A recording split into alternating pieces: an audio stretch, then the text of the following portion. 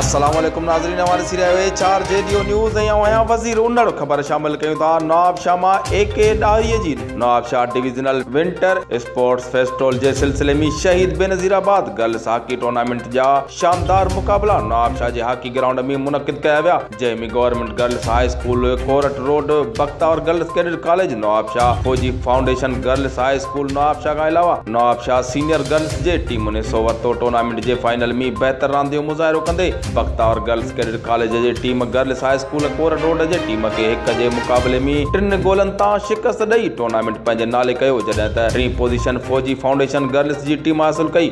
उन मौक़े ते फातह टीमुनि में इनाम विरहाइण वारे तक़रीब खे ख़िताब कंदे डिप्टी कमिश्नर इब्रार अहमद जाफ़र चयो त छोकिरियूं तइलीम जे मैदान में पहिरियां ई छोकिरनि खे मात ॾेई वयूं आहिनि ऐं अॼु छोकिरियुनि पारां हॉकीअ जे मैदान में बहितरीन रांदि पेश करे उहो साबित कयो आहे त जल्दी छोकिरियूं रांदि जे मैदान में पिण छोकिरनि खां अॻिते निकिरी वेंदियूं। हिन वधीक चयो त हिन टूर्नामेंट जो मक़सदु नौजवान छोकिरियुनि खे रांदि जे मैदान में पंहिंजूं सलाहियतूं उजागर करण जो मौक़ो फराहम करणु आहे। ज़िले इंतिज़ामिया पारां रांदियुनि जे फ़रोग़ लाइ वधीक क़दम पिण खयां वेंदा। उन मौक़े ते एडिशनल डायरेक्टर तइलीम Razi Khan Jamali, assistant commissioner Nawab Shah Tariq Ali Solangi, chairman sports committee Abdul Sattar Pirzado खां अलावा मुख़्तलिफ़ स्कूलनि ऐं कॉलेजनि जा उस्ताद ऐं शागिर्दाणियूं वॾे तइदाद में मौजूदु हुयूं। मुख़्तलिफ़ स्कूलनि ऐं कॉलेजनि जा उस्ताद ऐं शागिर्दाणियूं वॾे तइदाद में मौजूदु हुयूं। 4 JDO न्यूज़ में फ़िलहाल एतिरो ई। वधीक ख़बरुनि अपडेट्स लाइ ॾिसंदा रहो 4 JDO न्यूज़।